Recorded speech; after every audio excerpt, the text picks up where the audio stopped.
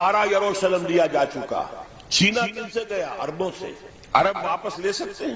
کوئی اندیشہ اگر ہو سکتا تھا عراق کے بارے میں کہ شاید اس کے ایٹمک دانت نکل آئے، جو سازش کی گئی، جس طرح اس احمق اور پاگل صدام حسین کو دام میں پھنسایا گیا، 100 دام، 100 جال، دام کہتے ہیں جال کو، 100 دام اس میں جو پھنسا ہے، تو اگلا پچھلا کھایا پیا سب اگلوا لیا۔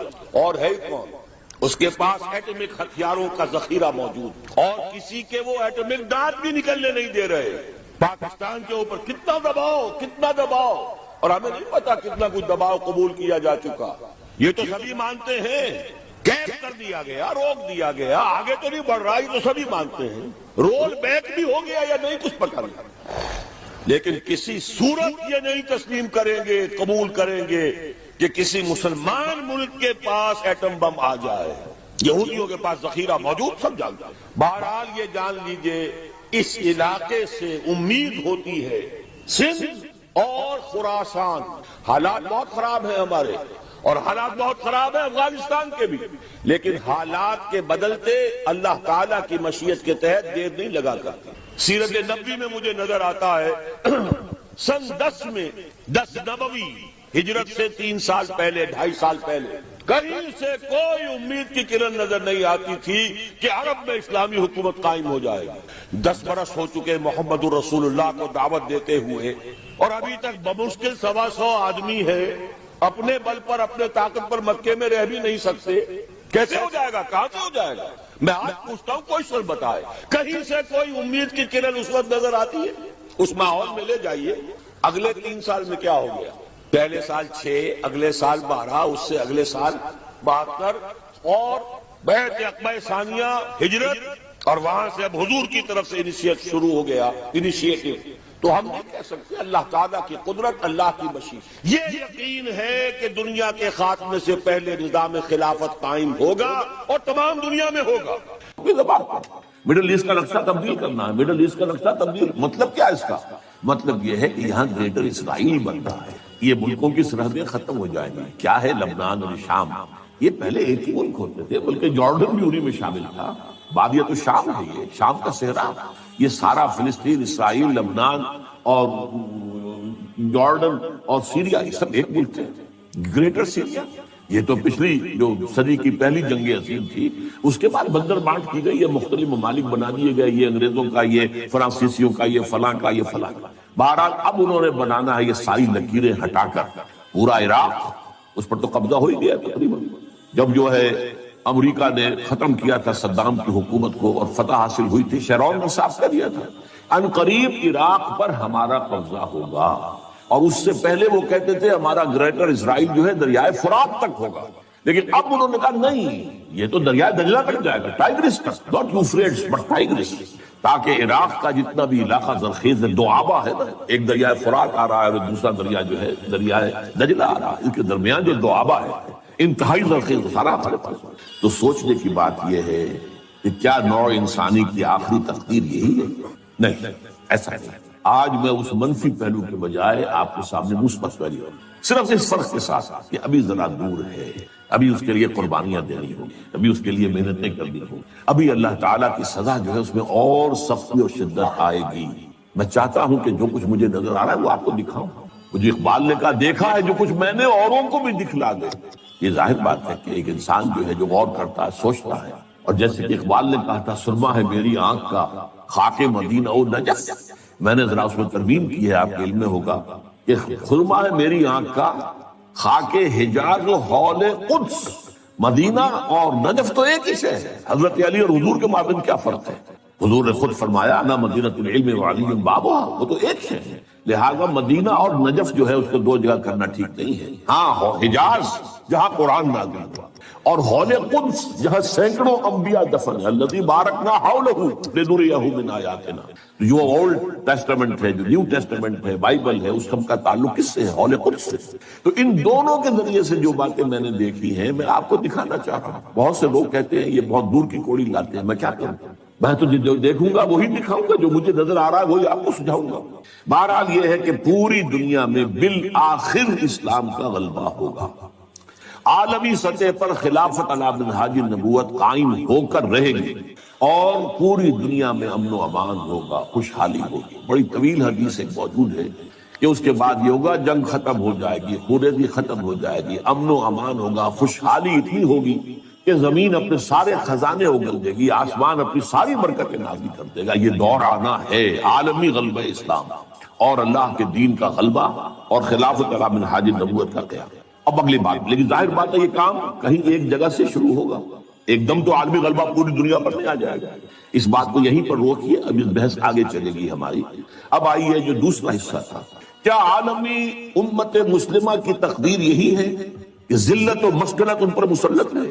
ضربت علیہم الذلۃ والمسکنۃ وباؤوا بغضب من اللہ، جو حشر لبنان کا ہو رہا، جو اس سے پہلے فلسطینیوں کا ہوتا رہا، کیوں نہیں کر سکی دنیا؟ مسلم دنیا چپ، زیادہ سے زیادہ بہت ریزولوشن پاس کر دیں گے۔ ابھی جایا پترا میں جمع ہو گئے ہیں، بعد ملیشیا میں، اور ریزولوشن پاس کر دیا۔ اللہ خیر صلی اللہ۔ نو تھریٹ، کوئی یہ بھی کہنے کو تیار نہیں کہ ہم اپنے سفارتی تعلقات منقطع کر لیں گے، نہیں۔ کوئی یہ کہنے کو تیار نہیں کہ ہم اپنے تجارتی تعلقات منقطع کر لیں گے، نہیں۔ درخواست ہے تو اسی یونائٹڈ نیشن سے، اور درخواست ہے تو اسی یونائٹڈ اسٹیٹس آف امریکہ سے، وہ سیز فائر کر۔ ان کی مرضی سے تو جنگ شروع ہوئی، ان کے پلان کے تحت تو معاملہ ہے۔ ان کی خواہش ہے کہ جب تک حزب اللہ کی کمر نہ ٹوٹ جائے، کچل نہ دیا جائے، اس وقت تک جنگ بندی نہ ہو۔ یہ تو دوسری بات ہے، حزب اللہ نے جتنی مقاومت کا مظاہرہ کیا ہے، دے آر سرپرائز، یہ ان کے لیے بالکل ایک سرپرائز ہے۔ اس قدر ہمت جو ہے ایک جو ہے حزب اللہ، جو کہ کوئی ریگولر آرمی نہیں ہے، جس کے پاس ٹینک نہیں ہے، جس کے پاس ہوائی جہاز نہیں ہے۔ ٹینک ہوائی جہاز تو پوری لبنان کی فوج کے پاس نہیں ہے، چند ہزار فوجی ہیں، اللہ خیر صلی اللہ، کچھ بھی نہیں، نہ ایئر فورس ہے نہ کچھ اور یہ حزب اللہ کیا ہے؟ ان کے پاس یا راکٹ سے یا کلاشنکوف سے، بس وہ چیز۔ ادھر سے جہاز پر جہاز آ رہا، 200 250 بمباریاں، 200 بمباریاں، لیکن کھڑے ہیں۔ لہٰذا اس اعتبار سے سوچنے کی بات ہے، کیا یہ پوری ذلت و مسکنت کی صورتحال امت مسلمہ پر یوں ہی جاری رہے گی ہمیشہ کے لیے؟ کیا پورا عالم اسلام جو تھرڈ ورلڈ میں آ گیا ہے، سارا عالم اسلام تھرڈ ورلڈ میں، G7 G8 میں کوئی نام نہیں کسی مسلمان ملک کا، نہ 3 میں نہ 13 میں، اور کیا یہی صورتحال جاری رہے گی کہ ہو گیا مانند آب ارزاں مسلمان کا لہو، پانی کی طرح مسلمان کا لہو بہ رہا ہے۔ جہاں دیکھو، کشمیر میں دیکھ لو، فلسطین میں دیکھ لو، فلسطین میں تو 50 برس سے بہ رہا ہے، کشمیر میں بھی اب تقریباً یوں سمجھیے کہ 20 برس ہونے کو آئے، جب سے کہ وہاں پر ایک جو ہے مسلح جدوجہد شروع ہوئی۔ پھر چچنیا میں کیا ہو رہا، مسلسل ہو رہا ہے، کوسوو میں کیا ہوا، بوسنیا میں کیا ہوا، برف گرتی ہے تو بیچارے مسلمانوں پر، بڑھتا ہے تو مسلمان، صومالیہ میں کیا ہوا، یہ صورت ہے۔ آج لبنان میں کیا ہوا، یہ صورتحال دیکھیے، کیا یہی ہمیشہ جاری رہے گی؟ نہیں، صورتحال بدلے گی، اور بھی دور فلک ہیں ابھی آنے والے، ناز اتنا نہ کریں ہم کو ستانے والا۔ یہ عالمی ملت اسلامیہ امت مسلمہ جو ہے، اس کا یہ معاملہ ہوا کیوں ہے؟ ہوا اس لیے، یہ میں اس پر مفصل کتاب لکھ چکا ہوں، سابقہ اور موجودہ مسلمان امتوں کا ماضی حال اور مستقبل، کہ یہ جو ضربت علیہم الذلۃ والمسکنہ، یہ کیفیت جو بنی اسرائیل کے لیے آئی ہے قرآن میں، یہ آج ہم پر کیوں آ گئی ہے؟ کیا وجہ ہے؟ وجہ یہ کہ جو جرم انہوں نے کیا وہ ہم نے کیا، ہم نے قرآن کو پس پش ڈالا۔ نبذ فریق من الذین اوتوا الکتاب کتاب اللہ وراء ظہورہم، ہم نے اسے اپنا امام تک بنایا۔ ہاں، ختم قرآن کے بعد دعا مانگ لیتے ہیں، اللہم اجعلہ لنا اماما ونورا وہدی ورحمۃ، لیکن چلنا نہیں اس کے پیچھے، یہ امام ہی ہے بس ہمارا، کہنے کو امام، اس کی بات ماننی تو نہیں، اس کے احکام پر چلنا تو نہیں۔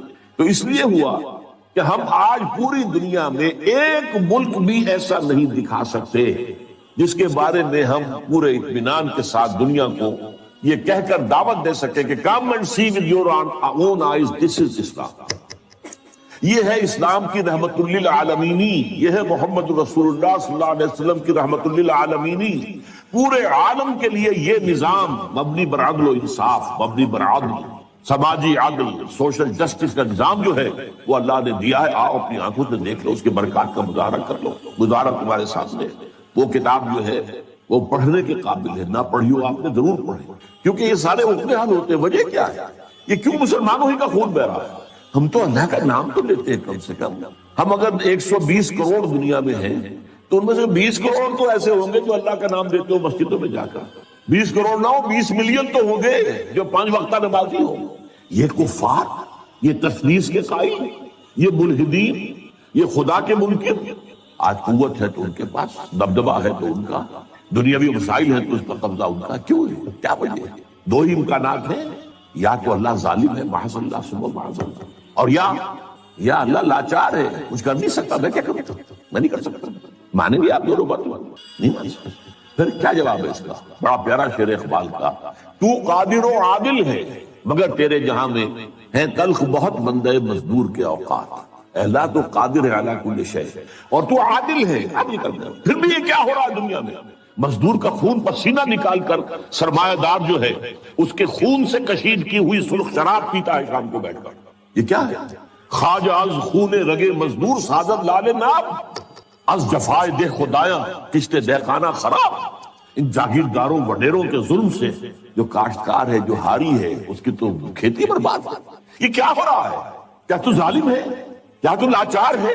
نہیں، یہ تمہارے کرتوت، تمہارے اعمال، اس کی صلاح، یہ سمجھنے کی بات ہے۔ اور یہ میں نے تفصیل سے اپنی اس کتاب کے اندر اس پر گفتگو کی ہے، اس کو پڑھی۔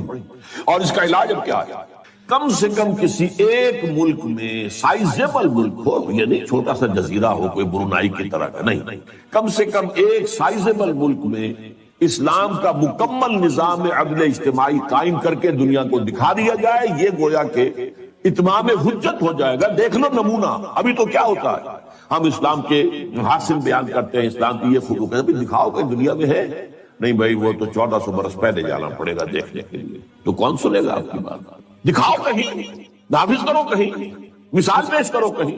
میں نے آپ کو سنایا تھا پسر اقبال، ڈاکٹر جاوید اقبال دورہ کر کے آئے تھے۔ سینٹرل ایشین ریپبلکس جو ہیں، جو پہلے USSR میں تھی اب اس سے علیحدہ ہو گئی ہیں، سب آزاد ہیں، اور ان میں چاہے ان کی اپنی اپنی زبانیں اور ہیں، ازبک ہے، یہ ہے، وہ ہے، لیکن یہ فارسی سب جانتا ہے۔ وہاں پر علامہ اقبال کا فارسی کا کلام، 2/3 کلام تو فارسی میں عام۔ تو پسر اقبال کی جو آؤ بھگت وہاں ہوئی ہے، اقبال لاہوری کا بیٹا ہے، لیکن وہ کہا مجھ سے ڈاکٹر جاوید اقبال، جہاں میں گیا مجھ سے ایک بات کہی، we need a model, show us a model of Islamic state, we are ready to accept. The Saudi model is not acceptable to us. It is based on monarchy. بادشاہت پر ہے، ملوکیت پر based ہے۔ The Iranian model is also not acceptable to us. It is based on theocracy. یہ مولویوں کی حکومت ہے۔ Islamic ideal Islamic state کا نمونہ میں دکھا دو، ہم سب کے سب جو ہے لبیک ہیں۔ تو اگر کہیں دنیا میں ایک جگہ بھی وہ اسلامی نظام کا نمونہ دنیا کو دکھا دیا جائے، اتمام حجت ہو جائے گی، اور یہ فرض کفایہ ہو جائے گا پوری امت کی طرف سے۔ جیسے کسی مسلمان کی نماز جنازہ چند لوگ بھی پڑھ لے تو باقی سب کی طرف سے ادا ہو جاتا ہے، کوئی بھی نہ پڑھے تو پوری آبادی گناہ گار ہوتی۔ اسی طرح جب پوری دنیا میں کہیں اسلام نہیں ہے تو پوری امت گناہ گار ہے، مجرم ہے۔ اور اگر کہیں ایک جگہ بھی سائزیبل ملک میں آپ وہ نظام دکھا دیں تو فرض کفایہ ہو جائے گا، پھر دنیا لپکے گی اس کی طرف، دوڑے گی۔ اس کے بعد ہوگا جاء الحق وزهق الباطل ان الباطل كان زهوقا۔ اس کے بعد وہ کیفیت ہو جائے گی جس کا نقشہ اقبال نے کھینچا ہے، آسماں ہوگا سحر کے نور سے آئینہ پوش، اور ظلمت رات کی سیما پا ہو جائے گی، پھر دلوں کو یاد آ جائے گا پیغام سجود، پھر جبین خاک حرم سے آشنا ہو جائے گا۔ یہ جو عمرے کے لیے جاتے ہیں اور حج کے لیے جاتے ہیں، خاک حرم پر اپنی جبین کے دیکھتے ہیں کہ نہیں؟ عالم انسانیت کو یہ پیغام سجود دوبارہ یاد آ جائے گا، اور جبین جو ہے پھر جبین خاک حرم سے آشنا ہو جائے گا۔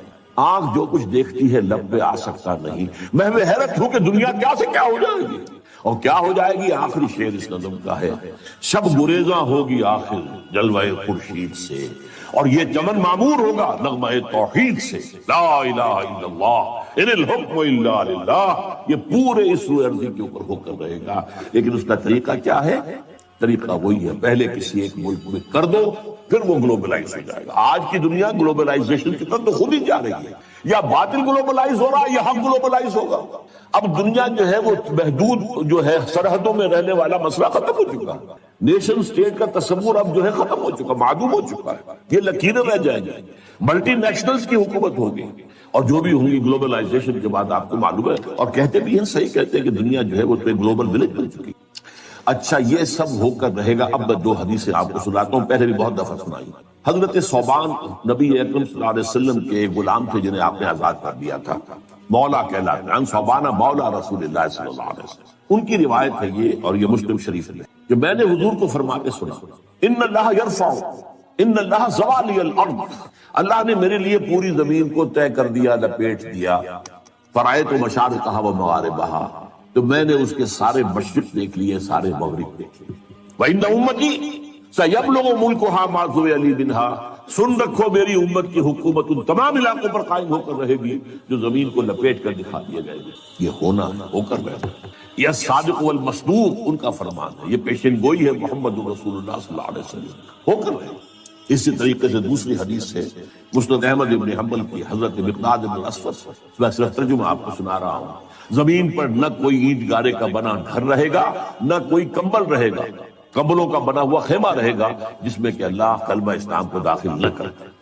یہ ہوگا، یہ شروع نہیں ہے. اس کتاب میں جس کا میں نے تذکرہ کیا ہے سابقہ اور موجودہ مسلمان امتوں کا باقی حال مستقبل، اس میں اس کی احادیث جو ہیں تخریج کے ساتھ اور پورے متن کے ساتھ بات. اب تیسری بات ہے، یہ اب جملہ معترضہ سمجھنا، ایک حسرت کے ساتھ اب 14 اگست آیا چاہتا ہے، حسرت آمیز پاکستان اسی مقصد سے اور اسی نعرے سے حاصل کیا گیا. علامہ اقبال نے خواب دیکھا 1930 کے اپنے خطبہ الہ آباد میں کہ ہندوستان کے شمال مغرب میں اس ڈیسٹنی، یہ تقدیر مبرم ہے کہ ایک آزاد مسلمان ریاست قائم ہو کر رہے، اور اگر ایسا ہو گیا تو ہمیں موقع مل جائے گا کہ اسلام کے چہرے پر جو بدنما داغ اور دھبے آ گئے تھے دور ملوکیت، یہ جو خلفاء کہلاتے تھے نام نہاد بنو امیہ کے، اور خلفاء کہلاتے تھے نام نہاد بنو عباس کے، اور خلفاء کہلاتے تھے ترک، یہ خلفاء تو نہیں تھے، بادشاہ تھے. ملوکیت، اس ملوکیت کے دور میں جو اسلامی تاریخ اس دور کی جو ہے وہ کیا واقعی ایسی ہے کہ دنیا کے سامنے ہم اپنے اعتماد کے ساتھ پیش کر سکتے ہیں؟ چاہے یہ حادثہ کربلا، واقعہ ہررا، سینکڑوں تابعین کو قتل کیا جانا، حجاج بن یوسف کے ہاتھوں، ایک باتیں ایسی ہیں جن کو ہم دنیا کے سامنے جو ہے یہ اپنا پیٹ کھول سکیں. یہ تاریخ تو اسلام کے چہرے پر جو بدنما داغ اور دھبے لگ گئے تھے انہیں ہٹا کر صحیح اسلام کی ایک تصویر، یعنی اس سے پہلے خلافت راشدہ کا نظام تھا، اس کو اب قائم کیا. اسی کو پھر علامہ اقبال نے 1932 میں، یہ سن مجھے بہت پسند ہے، میرے اپنا پیدائش کا سن ہے، اسی سن میں گئے تھے علامہ اقبال وول بیس کانفرنس کے لیے لندن. وہاں اس وقت صرف مسٹر جناح تھے، وہ مسٹر جناح، وہ قائد اعظم نہیں بھی بنے تھے. وہ ہندوستان کی سیاست سے مایوس ہو کر جا کر بیٹھ گئے تھے، وکالت شروع کی تھی. وہاں یہی انجیکشن اقبال نے، میں تو کہا کرتا ہوں جیسے کہ رومی اور شمس تبریز کا معاملہ ہے، مولوی ہرگز نہ شد مولائے روم تا غلام شمس تبریز نہ شد. مسٹر محمد علی جناح قائد اعظم نہیں بن سکتا تھا اگر اقبال نے یہ انجیکشن اس پہ لگایا ہو. یہ شمس تبریز جس نے مولوی کو مولانا روم بنا دیا تھا، مولائے روم، اسی نے مسٹر محمد علی جناح کو قائد اعظم بنایا. چنانچہ پھر وہ واپس آئے ہیں، پھر وہ مسلم لیگ کے تاحیات صدر بنائے گئے، پھر انہوں نے 10 برس تک اسلام کی قوالی گائی ہے، اسلام کی قوالی تکرار کے ساتھ پورے 10 برس. تب پاکستان وجود میں آیا اور یہی کہا تھا کہ ہم پاکستان اس لیے چاہتے ہیں کہ عہد حاضر میں اسلام کے اصول حریت و اخوت و مساوات کا ایک نمونہ پیش کریں، دنیا دیکھ لے یہ اسلام. لیکن افسوس صد افسوس کہ ہم اس میں بری طرح ناکام ہیں. اب تو ابھی مجھ سے جیو ٹی وی والوں نے چھوٹا سا 2-4 منٹ کا جو ہے وہ انٹرویو لیا ہے 14 اگست کے حوالے سے. میں نے اس میں کہا ہے کہ اب تو جیسے کسی نے کہا تھا، اقبال نے شاید کہا تھا، ہلال عید ہماری ہنسی اڑاتا ہے. یہ ہلال عید جو آتا ہے ہم پر ہنستا ہے. یہ روزے رکھے انہوں نے، روزہ رکھتے ہوئے جھوٹ بولتے رہے، روزہ رکھتے ہوئے سودی لین دین کرتے رہے، روزہ رکھتے ہوئے جو غیبتیں کرتے رہے. یہ روزے تھے جو اب عید منانے جا رہے ہیں شوق سے. ہلال عید ہماری ہنسی اڑاتا ہے. اسی طرح یہ عید الاستقلال جسے آپ نے کہا، یہ اب ہماری ہنسی اڑاتا ہے. یہ اس لیے پاکستان بنایا تھا. یہ ہے وہ پاکستان جس کا خواب اقبال نے دیکھا تھا اور جناح نے دکھایا تھا خواب. تو واقعہ یہ ہے کہ ہم اس میں بری طریقے سے ناکام ہیں. چنانچہ تلخ ترین بات ہے یہ اپنا جواز کھو چکا اور اب اس کا وجود اور اس کا بقا تک بھی نہایت مخدوش. یہ تقریر بھی 3.5 سال پہلے میں اسی جگہ پر کر چکا ہوں. پاکستان کے وجود کو لاحق خطرات و خدشات صرف ایک ہفتے بعد کی تھی میں نے، 22 فروری کو کی تھی وہ، کہ موجودہ عالمی حالات میں اسلام کا مستقبل کیا ہے. دین کی حیثیت سے فوری طور پر اور مستقبل قریب میں اسلام کا کوئی مستقبل نہیں. ہاں مذہب کی حیثیت سے زندہ رہ جائے گا. ٹھیک ہے، جاؤ مسجدوں کو رکھو روزے، ہمیں کوئی پرواہ نہیں، نظام ہمارا ہوگا، یہ پولیٹیکل سوشل اکنامک سسٹم ہمارا ہوگا. اسی طریقے سے میں نے ایک ہفتے بعد 29 فروری کو اسی سال تقریر کی تھی، پاکستان کے وجود کو لاحق خطرات و خدشات. یہ دونوں کتابچے اور موجودہ اور سابقہ مسلمان امتوں کا ماضی حال اور مستقبل، یہ ایک پیکٹ کی شکل میں انشاءاللہ باہر آپ کو مل جائے گا. بہرحال اب صورتحال میں نے پھر آپ سے کہا ہے، میری ان دونوں تقریروں میں مایوسی کا غلبہ ہے، لیکن آج میں وضاحت کر رہا ہوں یہ مایوسی ہے موجودہ حالات اور قریب کے مستقبل کے اعتبار سے. جس کو میں نے مستقبل بعید کہا ہے اس سے میں مایوس نہیں. اور جب تک بھی چاہے پاکستان کے بارے میں خدشات ہیں اور دنیا پیشن گوئیاں کر رہی ہے، سن 2010 میں، 2020 میں، 2015 میں پاکستان کے نام سے دنیا میں کوئی ملک نہیں ہوگا، لیکن یہ کہ جب تک سانس تب تک آس، محنت کرنی ہے، جد و جہد کرنی ہے، کوشش جاری رکھنی ہے۔ بڑی پیاری حدیث ہے حضور کی صلی اللہ علیہ وسلم کہ جس وقت قیامت کا سور پھونک دیا جائے گا، اس وقت بھی اگر کوئی بندہ مومن اگر کوئی درخت لگا رہا ہو تو اسے درخت لگانا چاہیے۔ سور پھونکا جا چکا ہے، معلوم ہے قیامت آ گئی، لیکن نہیں، جو کام تمہارا تھا تم کر رہے تھے اسے پورا کرو۔ لہذا آخری وقت اگرچہ اب میں سمجھتا ہوں کہ بہت صورتحال جو ہے وہ بہت مخدوش ہے، لیکن جد و جہد جاری رکھنی ہے۔ اس پر میں آگے آؤں گا کیا جد و جہد۔ اب آئیے میرا چوتھا نقطہ آج کا کیا ہے، یہ جو اسلام کی گلوبلائزیشن ہوگی، گلوبلائزیشن آف اسلام، جو میں نے کہا مستقبل بعید میں یہ تقدیر مبرم ہے، ہو کر رہی ہے، اس کے دو فیزز ہوں گے لا محالہ۔ پہلے کسی ایک ملک میں اسلام قائم ہو اور پھر وہ گلوبلائز ہو جائے۔ اب نوٹ کیجئے اصل بات جو آج کہہ رہا ہوں پہلی مرتبہ، یہ جو ہمارے ہاں دو شخصیتوں کے بارے میں احادیث آئی ہیں پیشن گوئیاں، حضرت مہدی سلام علیہ اور حضرت عیسیٰ کا بار دیگر نزول، ان دونوں کا تعلق گلوبلائزیشن آف اسلام سے۔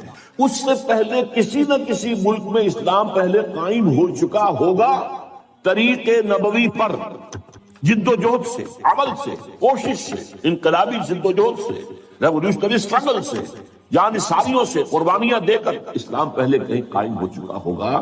پھر اس کی گلوبلائزیشن جو ہے اس کے اندر حضرت مہدی کا بھی ایک پارٹ ہے، اور پھر حضرت عیسیٰ علیہ السلام کا جب وہ دوبارہ آئیں گے اس وقت فیصلہ کن رول ہوگا۔ لیکن یہ ہے کہ اس سے پہلے کہیں ہوگا، یہ کہاں ہوگا، یہ میری آج کی پانچویں بات۔ اس ضمن میں پہلے تو میں دو حدیثیں آپ کو سنا دینا چاہتا ہوں۔ ایک حضرت عبداللہ ابن حارث رضی اللہ تعالیٰ عنہ سے ہے اور یہ سنن ابن ماجہ میں ہے۔ حضور نے فرمایا یخرج الناس من المشرق یعطون للمہدی یعنی سلطان، مشرق سے فوجیں نکل کر آئیں گی جو عرب میں مہدی سلام علیہ کی حکومت کو قائم کریں، یعنی سلطان ہی، ان کے اقتدار، ان کی طاقت، ان کی قوت کو مستحکم، یعنی پہلے مشرق کے کسی ملک میں اسلامی نظام قائم ہو چکے ہیں، تبھی تو آئیں گے نا وہاں سے فوج۔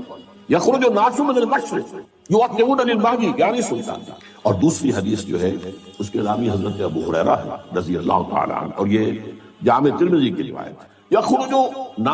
یخرج من خراسان رایات سود لا يردها شیء حتی تنصب بایلیا، خراسان کے علاقے سے سیاہ جھنڈے لے کر فوجیں چلیں گی، ان کا رخ کوئی نہیں موڑ سکے گا یہاں تک کہ وہ ایلیا میں یعنی یروشلم میں بیت المقدس میں جا کر جھنڈے گاڑ پڑے جائیں۔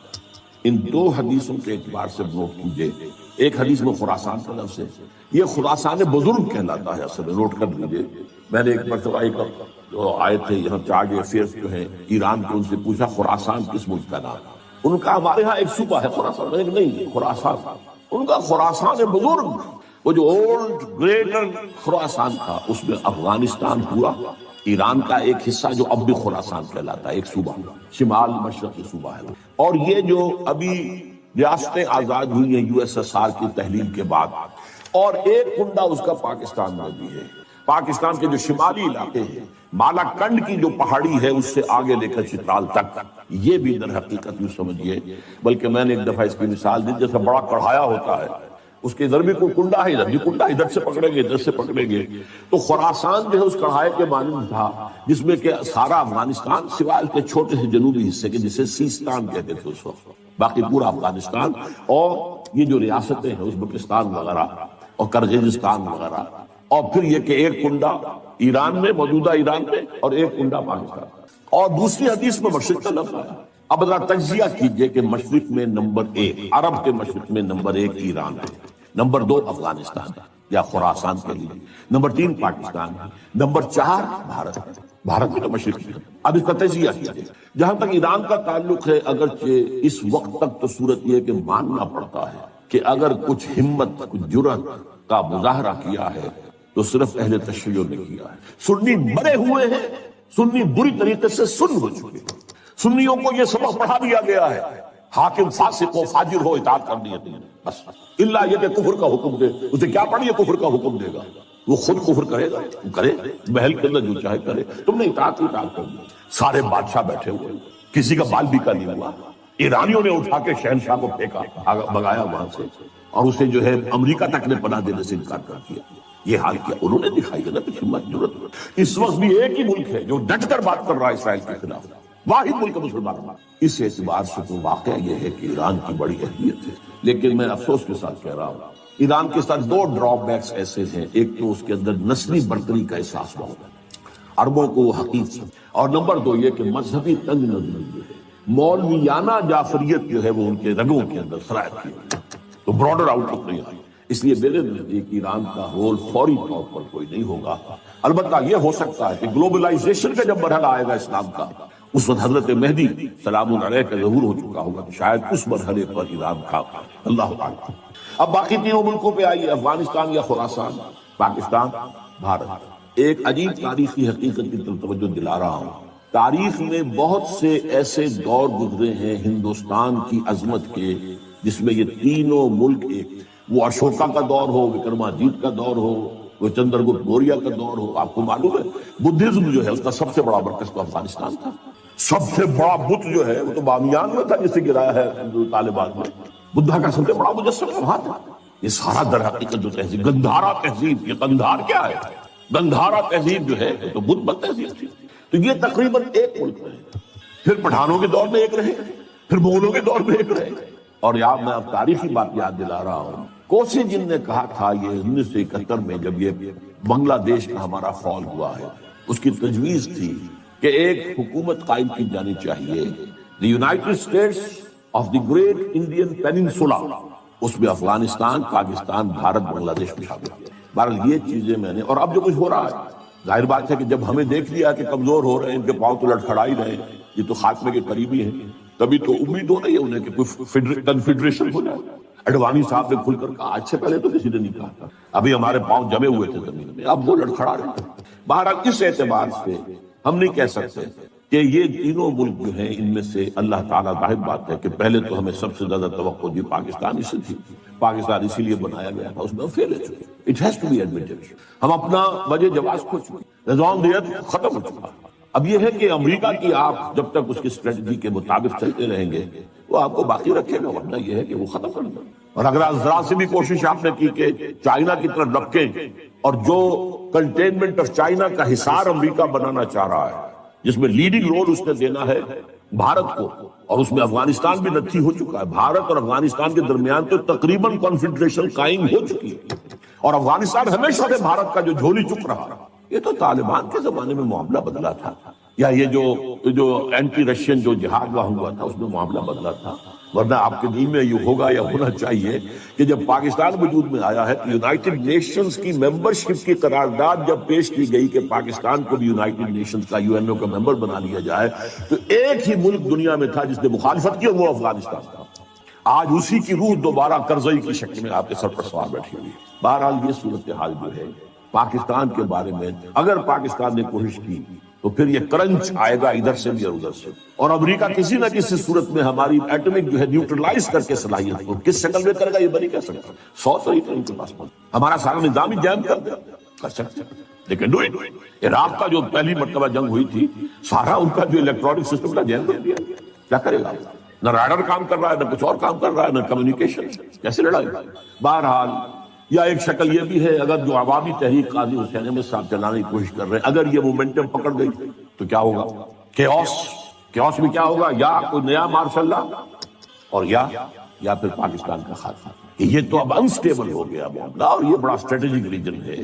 یہ انسٹیبلٹی جو ہے یہ برداشت نہیں کر سکتے. اللہ اعلم، اللہ اعلم. یہ اندیشے ہیں، یہ خطرے ہیں. بہرحال اب اس سے آگے بڑھ کر یقین ہے کہ ہوگا ضرور مشرقی علاقے میں سے کہیں. بھارت کا میں نے ذکر کیوں کیا؟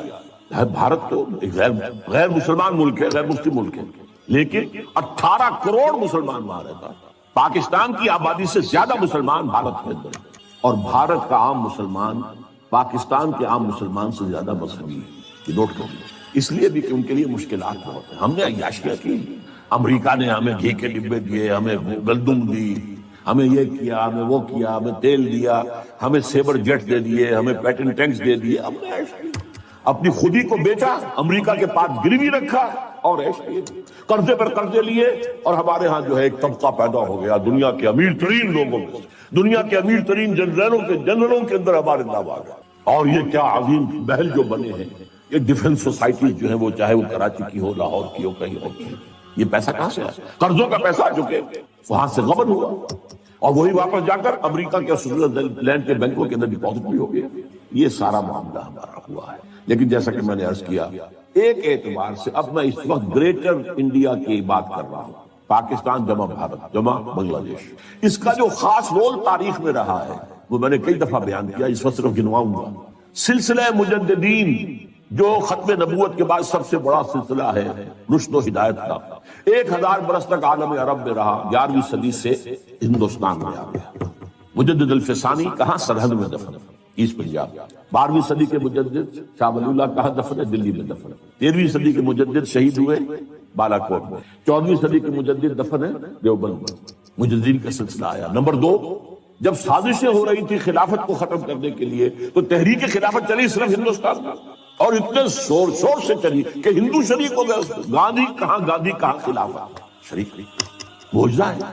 پھر ہر جگہ پر مسلمانوں نے آزادی حاصل کی لوکل نیشنلزم کی بنیاد پر، عرب نیشنلزم، ملئی نیشنلزم، اور مسلمانوں نے ملک بنایا پاکستان اسلام کی بنیاد پر، مسلم نیشن ہوڈ اسلام پر۔ پھر یہ پاکستان وجود میں آیا ہے معجزے کے طور پر۔ اس میں میری کتاب ہے، کاش کہ آپ لوگوں کے پڑھنے کی کوئی عادت ہو، دلچسپی ہو۔ استحکام پاکستان کے نام سے کتاب میں نے ثابت کیا پاکستان کا قیام معجزہ تھا۔ اور سب سے بڑی بات، پاکستان لیلۃ القدر میں نازل ہوا۔ اللہ تعالیٰ نے ہمیں کیا کیا چیزیں عطا کی تھی جن میں سے ہم نے کسی کا حق ادا نہیں کیا۔ بہرحال بھارت کا معاملہ، اب دیکھیے، اگر تو مشرق کا معاملہ لیا جائے تو پاکستان اس میں میرے نزدیک سر فہرست۔ ہاں، اب بھی میں رائٹ آف نہیں کر رہا ہوں، ہو سکتا ہے پاکستان میں یہ پہلے بھی ایک معجزے سے قائم ہوا تھا اور اب بھی ہو سکتا ہے معجزہ ہو جائے، پھر دلوں کو یاد آ جائے پیام سجدہ، اور پھر جبیں خاک حرم سے آشنا ہو جائے، ہو سکتا ہے پھر دلوں کو یاد آ جائے گا پیغام سجود، پھر جبیں خاک حرم سے آشنا، معجزے کے طور پر ہوگا۔ حالات اس کی طرف کوئی امید افزا صورتحال ہمیں نہیں دکھا۔ اب آئیے، یہ ہوگا کیسے؟ اس کیسے کے پہلی بات تو یہ ہے کہ پہلے کیسے ہوا تھا ویسے ہی ہوگا، اور اس کیسے کے 2 حصے۔ پہلے افراد کو تیار کرنا، افراد میں انقلاب برپا کرنا، دین کو افراد پر قائم کرنا، پھر افراد کا جمع ہو کر ایک طاقت بننا، اور کفر سے اور الحاد سے اور مادہ پرستی سے اور باطل سے اور طاغوت سے ٹکرا کر، جانے دے کر اللہ کے دین کو قائم کرنا۔ یہ 2 مرحلے ہیں۔ پہلے انسان معرزوز، پہلے انسان تو لاؤ بھائی، یہ جو زیروز ہیں ان سے کیا بنے گا؟ آدمی لاؤ، وہ آدمی جن میں یقین ہو دل کے اندر، وہ آدمی جن کا کردار پختہ ہو، وہ آدمی جن کی زندگی جن کے دل سے ہر آرزو نکل جائے سوائے اللہ کی رضا کے اور آخرت کی فلاح۔ آؤ لاؤ، آدمی لاؤ، یہ پہلا ہونا۔ 12 برس تک مکے میں یہ کام ہوا ہے، اور میں ابھی پرسوں جمعے میں تقریر کر چکا ہوں۔ اس کے لیے عنوان کیا ہے؟ جہاد بالقرآن۔ یہ بھی مکی دور کے درمیانی زمانے کی صورت ہے، سورۃ الفرقان، جس کی پہلی آیت کیا ہے؟ تبارک الذی نزل الفرقان علی عبدہ لیکون للعالمین نذیرا، اور پھر آگے چل کر فرمایا فلا تطع الکافرین وجاہدہم بہ جہادا کبیرا۔ اے نبی، آپ ان کافروں کی باتوں میں نہ آئیے، چکنی چپڑی باتیں کر رہے ہیں، وہ مصالحت اور مفاہمت کی باتیں کر رہے ہیں، آپ بالکل دھیان نہ دیں، مت مانیں، اور اس قرآن کے ذریعے سے جہاد کیے جائیے، جہاد کبیر۔ تو پہلی بات یہ ہے کہ پہلے بھی یہ ہوا تھا تو قرآن سے ہوا تھا۔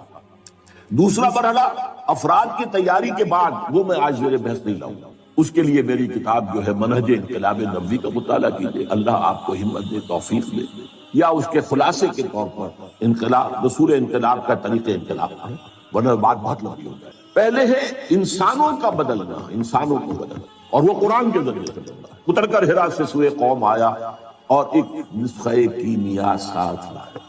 هو الذی ینزل علی عبدہ آیات بینات لیخرجکم من الظلمات الی النور، تاریکیوں سے نکال کر نور ایمان میں لانے والی شیء قرآن، آیات بینات ہے قرآن۔ تاریکیاں بہت ہیں، نور ایک ہی ہے، نور ایمان واحد، ہمیشہ قرآن میں واحد آئے گا، انوار کہیں نہیں آیا۔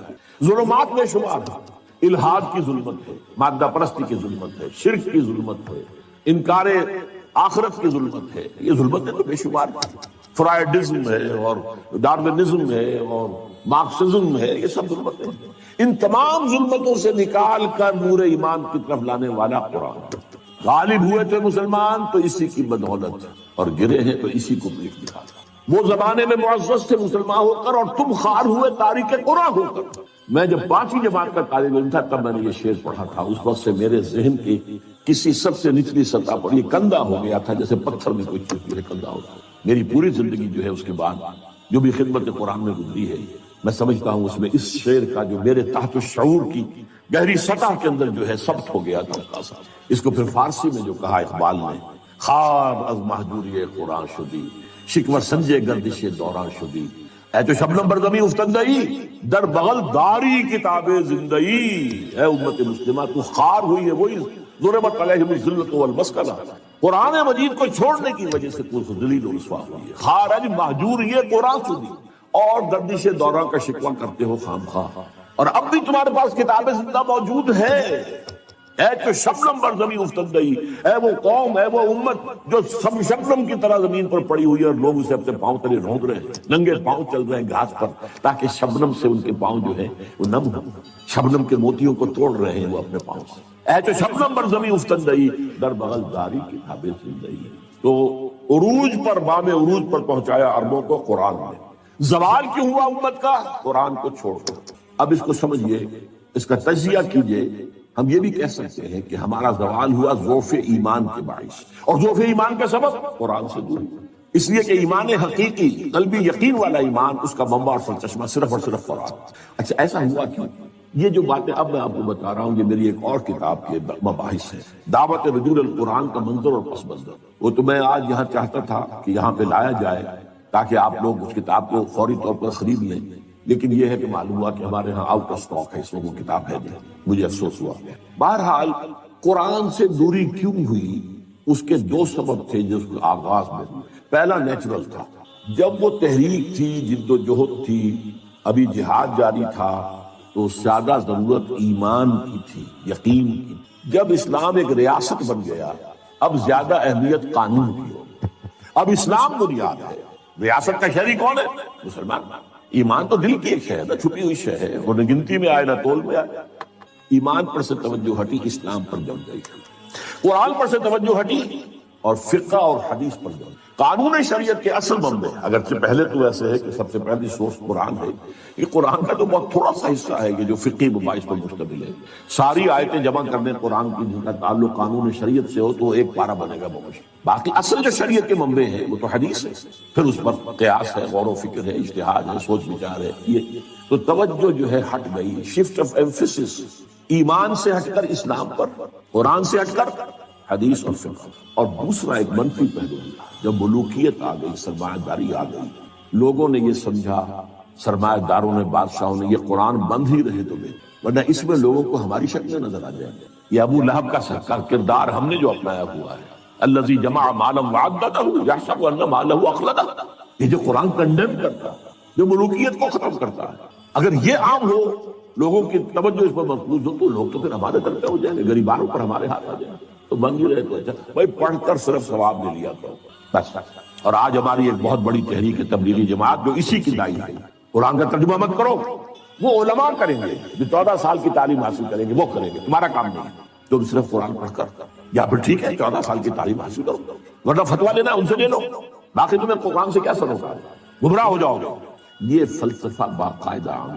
اور تیسرا سبب ایک طبعی سبب تھا، عربی زبان میں سمجھیے کہ یہ جزیرہ نمائے عرب ہے، اس سے اسلام جب نکلا تو مشرق میں بھی گیا، مغرب میں بھی گیا۔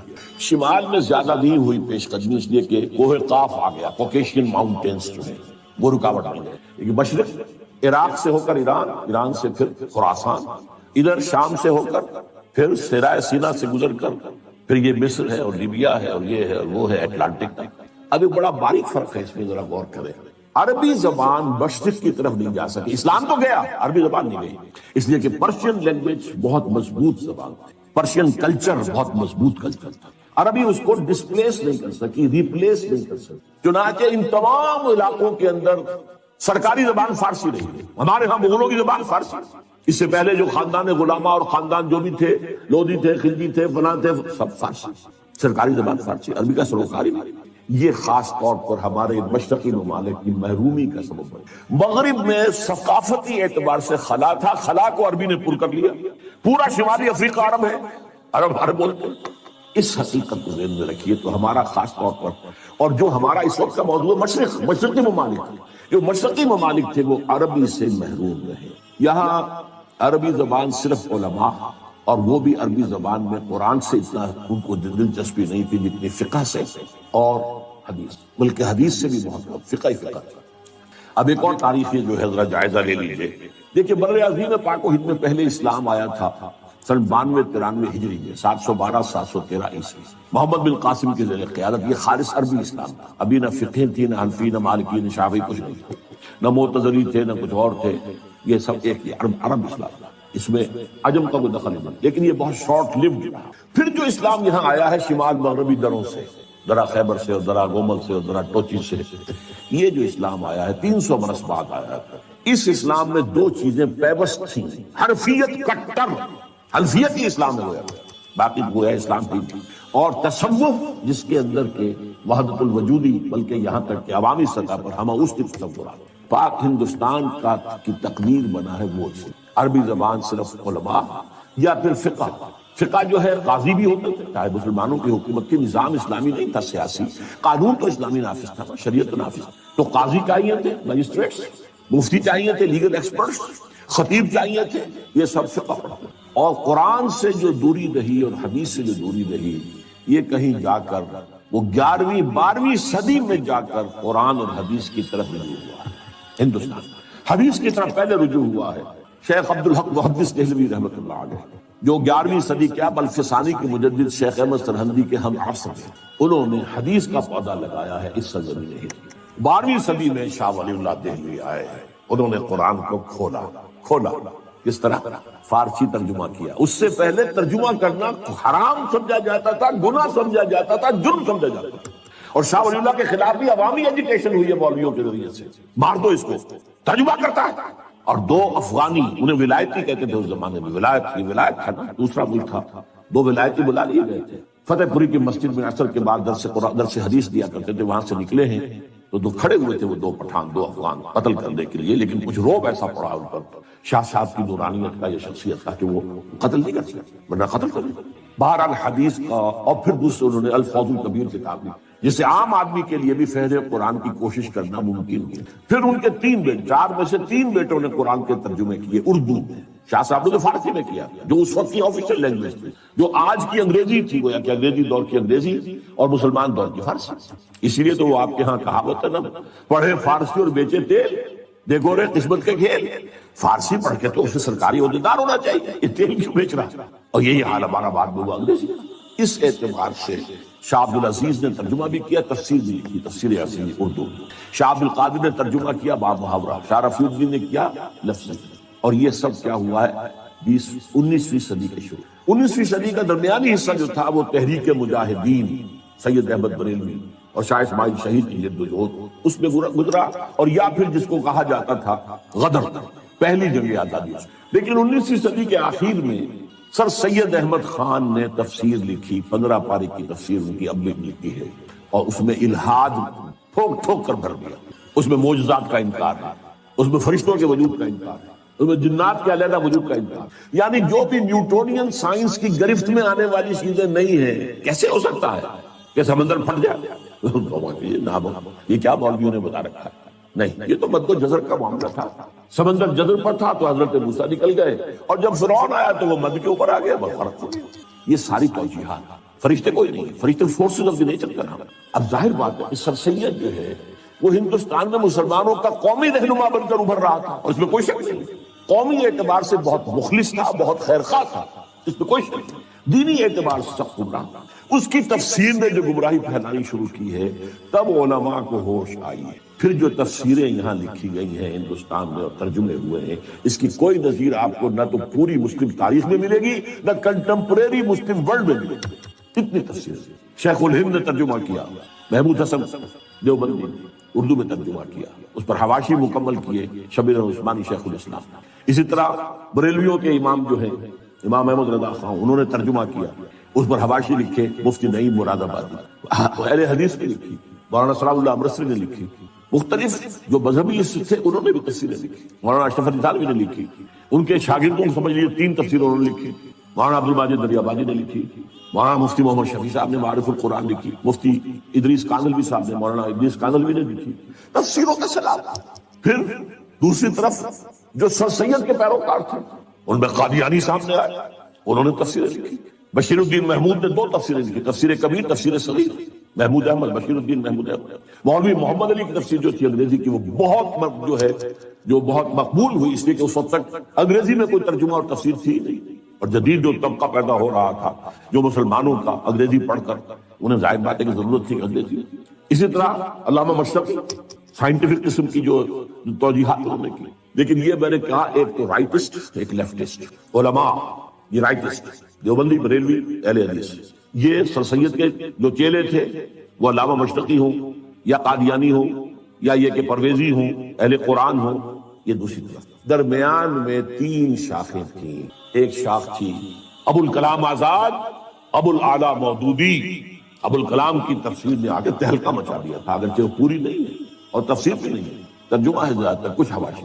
اور مولانا مودودی کی تفسیر القرآن پوری دنیا میں ہے، اس میں کوئی شک نہیں۔ اسی طریقے سے علامہ اقبال اگرچہ مفسر نہیں ہے لیکن ان کا کلام جو ہے اس میں قرآنی حقائق جس طرح سموئے گئے ہیں، میں انہیں مفسر مانتا ہوں۔ اور ڈاکٹر رفیع الدین جنہوں نے قرآن اور علم جدید نامی کتاب، تیسرے مولانا فراہی اور مولانا اصلاحی، یہ شاخیں ہیں۔ اور یہ میں نے آپ کو صرف میری کتاب پڑھی ہے، جب چھپ جائے گی دوبارہ نیا ایڈیشن آ جائے گا، دعوت رجوع القرآن کے منظر و پس منظر۔ یہ ایک سیلاب آیا ہے اس بر عظیم پاک و ہند میں تفاسیر کا، تراجم کا، اور یہ واقعہ یہ ہے کہ اس کی کوئی نظیر، جیسا کہ میں نے کہا ہے، نہ تو ہماری پچھلی تاریخ دے سکتی ہے اور نہ کنٹمپریری مسلم ورلڈ میں کسی ملک میں اتنا کام ہوا ہے قرآن۔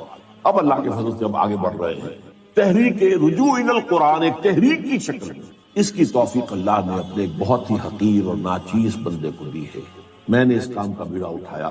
19 برس کی عمر سے میں نے درس قرآن دینا شروع کیا، جبکہ میں جمعیت طلبہ کا کارکن تھا۔ عربی میں نے ہائی اسکول میں پڑھی تھی، عربی گرامر مجھے مستحضر تھی اللہ کے فضل سے، اور اس کے بعد سے لے کر آج تک میں درس قرآن کا ایک تحریک کی شکل ہے۔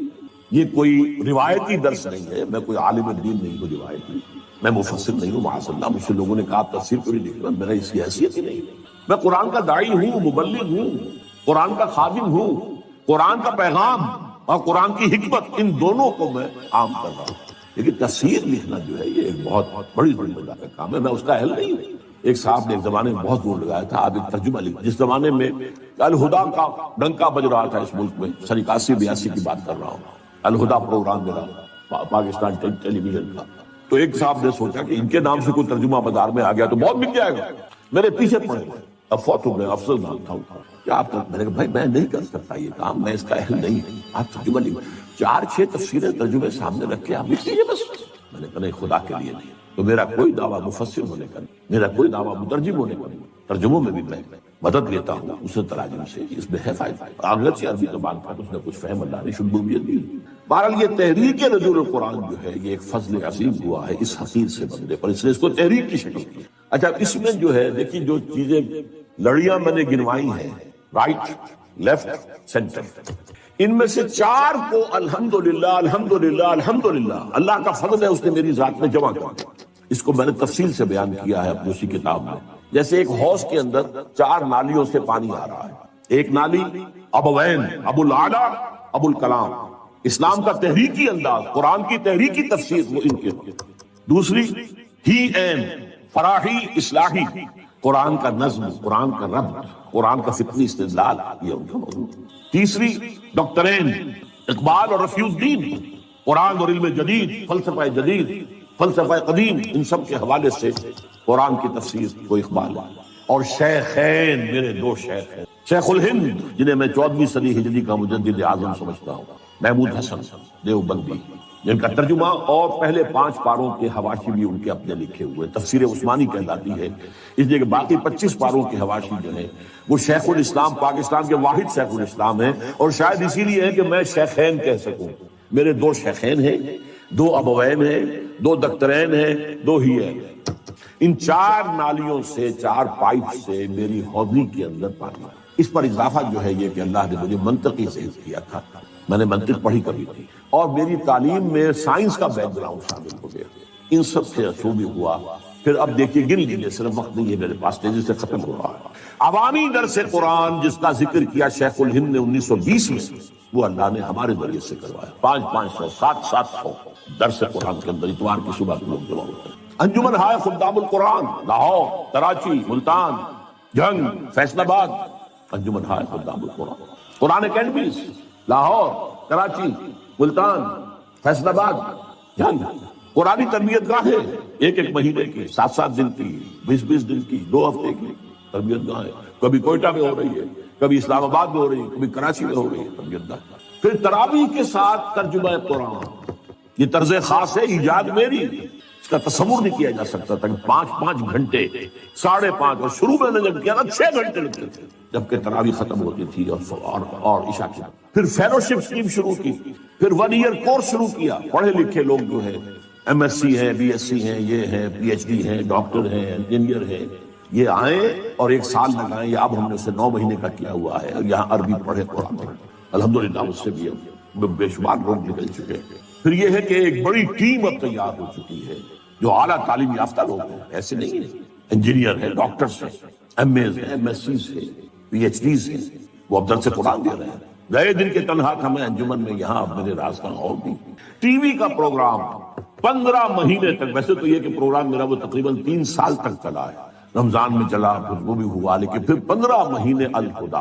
اور اب جو کچھ ہو رہا ہے، اب پوری دنیا میں ڈنکا بج رہا ہے۔ 1998 کا میرا بیان القرآن جو ہے تراویح کے ساتھ کیا ہوا، اور وہ ARY کے ذریعے سے، اسلام چینل کے ذریعے سے، اور نہ معلوم کتنے اور چینل ہیں، لندن بیسڈ چینل ہے، اس پر چل رہے ہیں، پوری دنیا سے اس کے اندر ڈنکا بج رہا ہے۔ اب یہاں نوٹ کیجئے وہ آیات جو میں نے شروع میں پڑھی تھی، کیا یہ سب کچھ بیکار جائے گا؟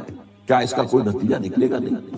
اتنی بڑی قرآنی تحریک کا، پھر میں کہوں گا پوری اسلامی تاریخ کے اندر کوئی مثال نہیں ہے، یہ میں اپنے کسی ذوب اور تکبر کے لیے سے نہیں کہہ رہا ہوں، حقائق کے لیے بیان کر رہا ہوں۔ اما بنعمت ربک فحدث، عوامی سطح پر یہ تحریک ہے۔ تو علماء جو ہے اپنے مدرسوں میں وہ بھی تھوڑا بہت قرآن پڑھتے تھے، باقی سارا جو ہے زور ان کا جو ہے وہ فقہ پر یا کچھ حدیث پر، بس قرآن پڑھتے تھے۔ بہرحال میں نے آپ کو وہ آیات سنا، طٰہٰ مَا أَنزَلْنَا إِلَيْكَ الْقُرْآنَ لِتَشْقَىٰ، آپ ناکام نہیں ہوں گے، قرآن آپ پر اس لیے نازل نہیں کیا گیا۔ وَبِالْحَقِّ أَنزَلْنَاهُ وَبِالْحَقِّ نَزَلَ وَمَا أَرْسَلْنَاكَ إِلَّا مُبَشِّرًا وَنَذِيرًا إِنَّهُ لَقَوْلٌ فَصْلٌ وَمَا هُوَ بِالْهَزْلِ إِنَّهُمْ يَكِيدُونَ كَيْدًا وَأَكِيدُ كَيْدًا۔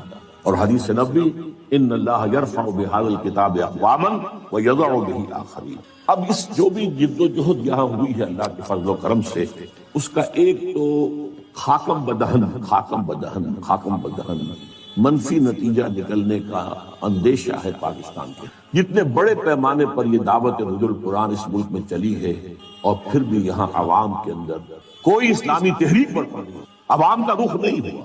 علماء نے نہ ریکگنائز کیا، نہ توجہ دی، نہ تائید کی، نہ تحسین کی، مخالفت کی۔ میں یہاں سورہ سجدہ کی آیت سنا رہا ہوں آپ کو، وَمَنْ أَظْلَمُ مِمَّنْ ذُكِّرَ بِآيَاتِ رَبِّهِ ثُمَّ أَعْرَضَ عَنْهَا إِنَّا مِنَ الْمُجْرِمِينَ مُنْتَقِمُونَ۔ ان سے بڑھ کر ظالم اور کون ہوگا جنہیں اللہ کی آیات کے ذریعے سے تذکیر کرائی گئی ہو۔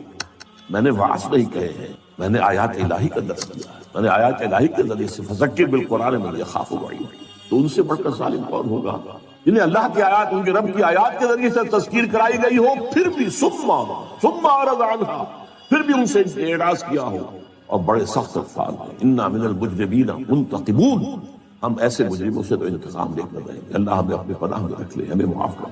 اور دوسری بات، وَإِن يَكْفُرْ بِهَا هَؤُلَاءِ فَقَدْ وَكَّلْنَا بِهَا قَوْمًا لَيْسُوا بِهَا بِكَافِرِينَ۔ یہ بھی حضور کی دلجوئی کے لیے آیت نازل ہوئی تھی سورہ انعام میں، اے نبی اگر آپ کی اس قوم نے اس قرآن کی ناقدری کی ہے، 10 برس میں آپ کو 100 آدمی ملے یہاں صرف ناقدری کی۔ إِن يَكْفُرْ بِهَا هَؤُلَاءِ، یہ آپ کی قوم، فَقَدْ وَكَّلْنَا بِهَا قَوْمًا، ہم نے اس قرآن کے لیے ایک قوم کو تیار کر رکھا ہے، اس کے سپرد کی ہوئی ہے خدمت۔ لَيْسُوا بِهَا بِكَافِرِينَ، وہ کافر نہیں ہوں گے، وہ اس کی ناقدری نہیں کریں گے۔ اور تاریخ نے ثابت کیا وہ سرزمین مدینے کی، حضور کا قدم مبارک وہاں پہنچا بھی نہیں، اور اسلام وہاں پہنچ گیا۔ 7 خزرجی حج کے موقع پر آئے اور ایمان لائے، اور پھر اگلے سال وہ غالباً 15 تھے، اور پھر کہا ہمیں کوئی آپ اپنے شاگرد دیجیے، حضور کا قدم نہیں پہنچا وہاں. کہاں یہ کہ 10 برس ہو گئے مکے میں بنفس نفیس دعوت دے رہے ہیں محمد رسول اللہ صلی اللہ علیہ وسلم. کچھ یہ کہ اب آپ نے اپنے 2 نوجوان شاگرد بھیجے، ایک تو ان میں سے اندھے بھی تھے بیچارے نابینا، عبداللہ ابن ام مکتوم، اور دوسرے مصعب بن عمیر رضی اللہ تعالی عنہما. اور وہاں ایک سال میں 75 آدمی حج کے اوپر آ گئے. جو 75 حج پر آئے ہیں تو 75 پیچھے بھی ہوں گے. یہ ایک سال کی کمائی ہے. ان یکفر بہا ہؤلاء فقد مکنا بہا قوما لیسوا بہا بکافرین. میں نہیں کہہ سکتا کہ اللہ تعالیٰ کس ملک کو یہ خوش نصیبی عطا کرے گا جہاں یہ قرآن کا جو نزول ہو رہا ہے ٹیلی ویژن کے ذریعے سے لوگوں کے ذہنوں میں، لوگوں کے دلوں پر، وہ نتیجہ خیز ہو. جیسے آپ کو معلوم ہے کہ ایک بڑ کا درخت جو ہے اس کی داڑھی نکلا کرتی ہے، اس کی شاخیں ہیں، شاخوں سے نیچے داڑھی کی شکل میں کوئی چیز اترنی شروع ہوئی، تو زمین تک پہنچ گئی، زمین میں پنجے گاڑ لیے، پھر وہ تنا بن گئی. اس کو ایڈوینٹیشس روٹس کہتے ہیں باٹنی. ایک تو اصل تنا تھا، اس کی شاخوں کے ساتھ جو ہے یہ نیچے اتر کر داڑھی کی شکل میں اور زمین پر پنجے گاڑ کر وہ پھر تنے بن گئے. اسی لیے یہ بہت ایکڑوں کے اندر برگد کا درخت جو ہے وہ پھیل جاتا ہے. ایسے برگد کے درخت بھی ہوئے جن کے نیچے پوری فوج آرام کرتی، غالباً بہار میں. بہرحال میں نہیں کہہ سکتا، کہیں نہ کہیں تو یہ جڑ پکڑے گی یہ دعوت. میں نہیں ہوں گا لیکن اس کے نتائج کہیں نہ کہیں نکلیں گے، اس لیے کہ مجھے یقین ہے ما انزلنا علیک القرآن لتشقی انہ لقول فصل وما هو بالحق انزلناہ وبالحق نزل اور ان اللہ یرفع بہذا الکتاب اقواما ویضع به آخرین. جو بھی قوم اس کو لے کر اٹھ کھڑی ہوگی کسے باشد، ہو سکتا ہے اللہ کسی غیر مسلم قوم کو توفیق دے دے. آخر تاتاریوں کے ذریعے سے اسلام مسلمانوں کو دوبارہ دنیا کے اندر عزت نصیب نہیں ہوئی. کروڑوں مسلمانوں کو قتل کیا اور پھر اسلام نے انہیں فتح کر لیا ہے. آیا فتنہ تاتار کے افسانے سے، پاس بات مل گئے کعبے کو صنم خانے سے. اب میں آخری بات پر آ رہا ہوں جو میری آج کی اس گفتگو کا اصل پس منظر. دیکھیے میں نے ابھی تک جو انقلاب کا عرض کیا تھا 2 مرحلے ہوتے ہیں. پہلے آدمیوں کو کھینچنا، آدمیوں کو تیار کرنا، ایسے مرد مومن بنانا کہ جو تن من دھن ایک منظم جد و جہد کے تحت لگا دیں اللہ کے دین کے. پھر اس کے مرحلے ہیں، وہ پھر میں جیسا کہ میں نے عرض کیا یا منہج انقلاب نبوی پڑھیے اور یا کم سے کم رسول انقلاب کا انقلاب. اب یہ نظرہ آسمان سے زمین پر آ رہا ہوں. آسمان سے چلا تھا نا پورے عالم اسلامی، پورے عالم انسانیت کا معاملہ، پھر ملت اسلامیہ کا معاملہ، پھر یہ ملت اسلامیہ پاکستان کا معاملہ، یہ سب ایک قرآن سے وابستہ